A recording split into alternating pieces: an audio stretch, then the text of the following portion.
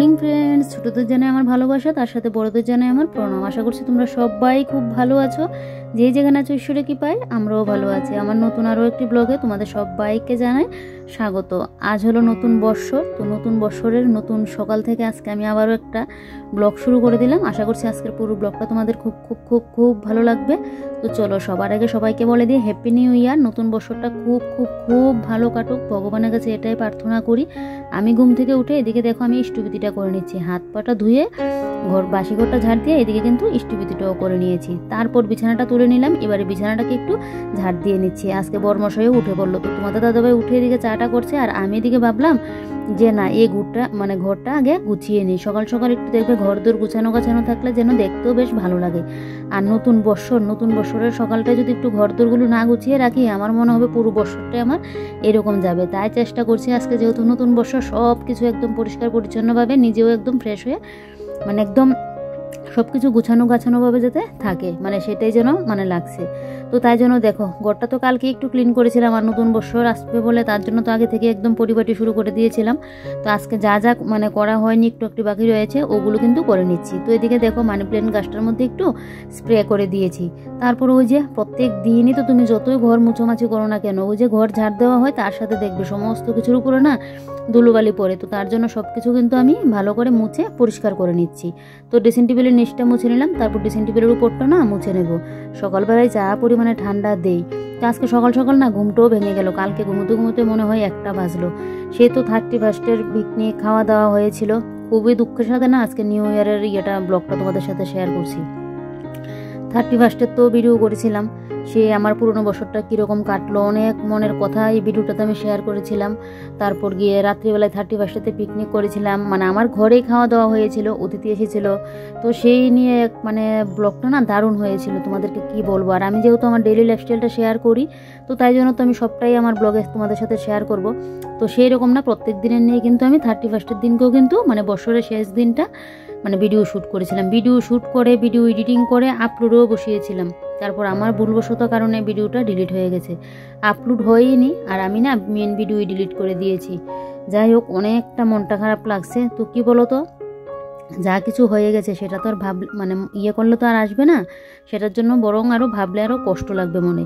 তো তার জন্য যাকে এটা মন থেকে বাদে দিয়ে দিয়েছি। না হলে 31 ভিডিওটা আমি তোমাদের সাথে শেয়ার করতাম, তোমরা আজকে 31 ভিডিওটা কিন্তু পেতে। ওই যে অতিথি আসলো, খাওয়া দাওয়া, একসাথে রান্না বান্না, সেই ভিডিওটা কি বলবো তোমাদেরকে, আমার স্মৃতি হয়ে থাকতো এই ভিডিওটা, কিন্তু এটাও থাকতে পারলো না। ওই যে আমার ভুলের কারণে ডিলিট হয়ে গেল। কি বলো তো, আমি তো রাত্রিবেলায় আপলোডে করে রাখি, আপলোডে বসাই, ভিডিও এডিটিং করে রাখি সন্ধ্যাবেলায়, তারপর ট্যাগ টাইটেল লাগিয়ে কি বলো তাহলে কতটা পরিমাণে কষ্ট হয়েছিল। সমস্ত কিছু হয়ে গেছে। তো ভিডিওটা আপলোডে দিয়ে যখন ঘুমোতে যাব তখন নেট অফ করে ঘুমিয়ে গিয়েছিলাম। সকালবেলায় আবার দিয়ে দিই, আমি প্রত্যেক দিন যেভাবে করি। তো সকালবেলায় না ভিডিও শ্যুট করতে গিয়ে আমার মোবাইলের জায়গা হচ্ছিল না, তো তাই জন্য কিছু ভিডিও তো ডিলিট করতে লাগবে, আর আমি মেন ভিডিওই না ডিলিট করে দিয়েছি। তার জন্য জানো তো এতটা খারাপ লাগছিল। আর যখন আমি তখনও দেখো আমার হুঁশ নেই, 11টা যখন বাজে ভিডিও ছাড়তে গেলাম, তখন দেখছি আমার ভিডিও ফেল্ড দেখাচ্ছে। আমি ভাবলাম কি এরকম কেন দেখাচ্ছে, তারপর দেখছি আমি মেন ভিডিওই আপলোড হওয়ার আগেই ডিলিট করে দিয়েছি। তো কি আর করা যাবে বলো, যেটা খারাপ, যেটা ঘটে গেছে সেটা নিয়ে তো আর বসে থাকলে হবে না, এগিয়ে যেতে লাগবে। আর আমি চাইও না নতুন বৎসরে এরকমটা করতে। তো যাই হোক, সেটা তো যা হবার হয়ে গেছে, সেটা আমি যদি এখন ভেবে বসে থাকি, আমার তো আবার একটুখানি চিন্তা দিয়ে আমার মাথা যেন পুরো গরম হয়ে যায়, মাথা যেন কীরকম করে। তো সেটা ভেবে না আর এসব মন থেকে করে দিয়েছি। তোমাদের দাদাভাইও বলছে, এই তুমি কি ইউটিউব থেকে কি আর্ন করো? আর আর্ন করলেও ভুলবশত এটা হতেই পারে, কি হয়েছে তাতে, যা হয়ে গেছে ওইটাকে আর মনে পুষে রেখো না। এখন নতুন করে আবার করো, ভিডিও শ্যুট করো, তারপর গিয়ে না হয় ভিডিও করো। তো সেটা বলে না নিজের মনকেও বুঝিয়ে নিয়েছি। আমি চাই না পুরনো কোনো কিছু মনে রাখতে, আর যেটা হয়ে গেছে বেশ হয়ে গেছে। পুরনো বছরটাকে আমার ইউটিউবের খাতায় আর বন্দি করতে পারলাম না। যাই হোক, কি আর করা যাবে।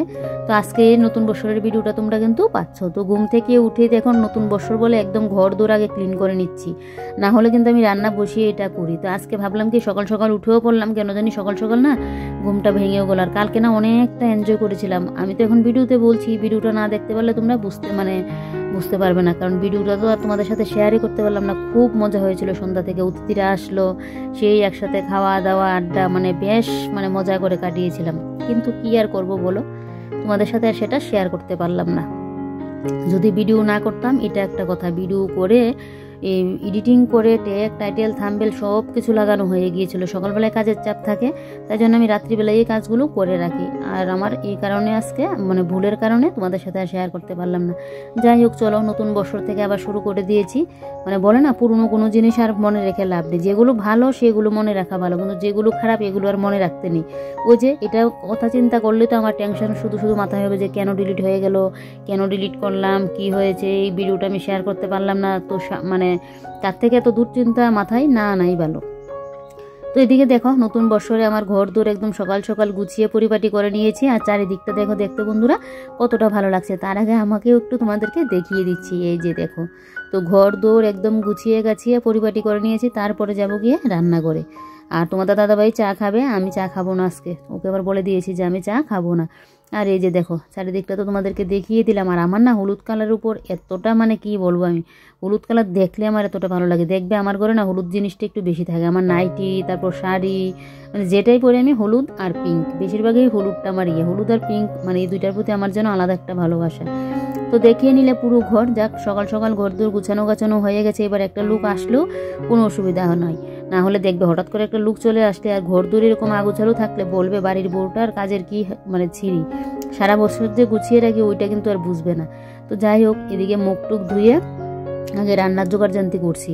কালকের সব কিছু রয়েছে। কালকে ডিম কষা করেছিলাম, তারপর বাঁধাকপি পকোড়া করেছিলাম, ভেজ ডাল করেছিলাম, মাংস করেছিলাম। তো এগুলো যে মানে করলাম না, তো ডিমটাও রয়েছে, তারপর ভেজ ডালও রয়েছে, মাংসও রয়েছে। তো এগুলো যেহেতু রয়েছে আমাদের, তারপর ভাতটাও রয়েছে এমনকি। তো একদম দুপুর পর্যন্ত আমাদের এগুলো চলে যাবে। তো তাই জন্য এখন বেগুনটা কেটে নিয়েছি। তোমাদের দাদাভাইকে ডিম আর বেগুন ভাজি দিয়ে দেবো। আর আমি সকালবেলায় ডাল আর বেগুন ভাজি দিয়ে খাবো। মাংস তো এখন খাবোই না। কালকে রাত্রিবেলায় মাংস খেয়েছি, এখন যেন আর ইচ্ছে হচ্ছে না। দুপুরের দিকে না হয় মাংসটা খাবো। তো দুপুরে সমস্ত কিছু শেষ করতে লাগবে। রাত্রিবেলায় গিয়ে আবার নতুন করে না হয় রান্নাবান্না করবো। শেষ হয়ে গেলে তো ভালোই হয়। তারপর এদিকে দেখো, কাপড় চোপড় কতগুলো পরেছে। আর এদিকে আমার হাউসকোটটাও মানে হাউসকোটটার কথাই বলছি। কালকে রাত্রিবেলায় রান্নাবান্না করলাম, তো সেই মানে বাসন কুসন ধোয়া দিয়ে করলাম, শরীরের মধ্যে এসে মানে পড়লো। তাই জন্য সকালবেলায় হাউসকোটটাও এখন ধুয়ে দিচ্ছি। আর রোদের তো আর মানে বলে লাভই নেই, রোদের যা অবস্থা। তো তাই জন্য না আমি মেশিনে কাপড়টা কিন্তু ধুয়ে নিচ্ছি। তাহলে মেশিনের থেকে একটু যদি শুকিয়ে দিতে পারি না, তাহলে ঝটপট করে একটুখানি রোদ লাগলে শুকিয়ে যায়। এবারে আমি করব টিফিন। তো এদিকে কাপড়গুলো মানে দিয়ে মেশিনে, তারপর এদিকে দেখো আমি এখন টিফিনটা করে নিচ্ছি। একদিকে ওয়াশিং মেশিনটা আনাতে আমার খুব ভালো হয়েছে। ফার্স্টে তো বরকে আমি কত না করেছিলাম, গত বছর থেকে না আনতে লাগবে না, এই বছর এরকম। যাক, বর তো আমার কথা চিন্তা ভাবনা মানে করেই এই জিনিসটা কিন্তু আনলো। খুব আমার জন্য খুব সুবিধা হয়েছে জানো তো। না হলে এগুলো কাচতে এখন যেতে লাগতো, না হয় বর আমাকে ধুয়ে দিত। বেশি কাপড় চোপড় হলো তো বর ধুয়ে দিই। তো বরেরও কষ্ট, এদিকে আমারও কাপড় চোপড় শুকোতে চায় না, এগুলোকে ঘরে এনে টাল করে ফেলে রাখা, আবার পরের দিনকে দেওয়া, সেই অনেক ঝামেলা। আর এদিকে দেখো, এবার আমি এখন বাসন কোসনগুলো মেজে নিচ্ছি। আর রান্নাবান্না তো বললামই, কিছুই মানে রান্নাবান্না করতে লাগবে না, শুধু ভাতটা গরম করব। আর ওই যে বেগুন ভাজি তো করে নিয়েছি, বেশ অতটুকুই। তো এদিকে আমি কিন্তু ওই যে সকালে মানে ওই ঘরের বেডরুমের কাজও করে নিয়েছি। আর এদিকে তো রান্নাঘরে আজকে রান্নাবান্না কোনো কিছুই নেই। তো এদিকে দেখো, রান্নাঘরটাও আমি কিন্তু এখন ভালো করে মুছে নিচ্ছি, স্রাব দিয়ে করে মুছে নিচ্ছি। আজকে একবার ভাবলাম যে ফার্স্টে তোমাদের সাথে কোনো ভিডিও শেয়ার করব না। আমি আবার কমিউনিটি পোস্টেও দিয়েছিলাম কালকে ভিডিও পাবে। তারপর ভাবছি আবার যে না, নতুন বছরটাতে এরকম করব, আমি চাই না ভিডিও মিস দেওয়া। আগে তো আমি মিস দিতামই না, তারপর থেকে মাঝখানে আবার 1-2 দিন আমার শরীর খারাপের জন্য মিস হয়ে গিয়েছিল। তো এখন ভাবছি নতুন বছরে 2025 সালে আমি আর এটা করব না। কি যেন তো ঠাকুরের কাছে প্রে করি 2025 সালটা যেন সবার খুব ভালো কাটুক, বিশেষ করে আমাদের শরীরটা যেন সুস্থ থাকে, এটাই চাই। কারণ এই যে বছর শেষে আমার বলো, আমার মার বলো, তারপর তোমাদের দাদাদের বলো, শরীর এত পরিমাণে খারাপ ছিল, সেটা নিয়ে যেন একটা টেনশন। দেখবে আমাদের মানে খাওয়া দাওয়া একটু কম করলেও হয়, কিন্তু কি বলতো, শরীর যদি সুস্থ না থাকে তাহলে খাওয়া দাওয়া আর কি কোনো কিছুতেই যেন ভালো লাগে না। এই ডক্টর দেখানো আর এক গাদা ওষুধ খাওয়া, তখন যেন সংসারের মধ্যেও না শান্তি থাকে না। আর তুমি একটু কম খেয়ে থাকো, তারপরেও দেখবে সংসারে কিন্তু শান্তি থাকে। তুমি যদি একটু সুখে থেকে মানে বলে না, সুখে থেকে যদি একটু সেদ্ধ ভাত খাও, তার কিন্তু মানে কোনো হয় না। কিন্তু তুমি যদি মানে অসুস্থতায় ভুগে মাংস ভাত খাও, সেটাই কিন্তু হয় না। আর অসুস্থতা থাকলে তো মাংস ভাতও চলবে না। তো যাই হোক, এটাই ভগবানের কাছে প্রে করি নতুন বছরটা যেন সবার খুব ভালো কাটে। আর আমার পুরো ইউটিউব ফ্যামিলির মানে সবাইকে যেন ভগবান ভালো রাখে, আর সবার ড্রিমগুলো যেন সাকসেস করে, আর আমার ড্রিমগুলোও যেন ভগবান সাকসেস করে দেয়, এটাই ভগবানের কাছে প্রে করি। এদিকে দেখো, ঘর দোর মোছামাছি করে এই যে রান্নাঘরও ক্লিন করে নিয়েছি। দেখো একদম কি পরিষ্কার পরিপাটি লাগছে। আমার তো না সব সময় এরকম পরিষ্কার পরিপাটি থাকলে আমার এত ভালো লাগে, তোমাদেরকে আমি বলে বোঝাতে পারবো না। আমার মানে নোংরামো দেখলে না আমার মানে জলও যেন মুখে রুজবে না। আর এরকম একটু যদি ক্লিন দেখি না তাহলে দেখবে সেই যেন একটা শান্তি লাগে।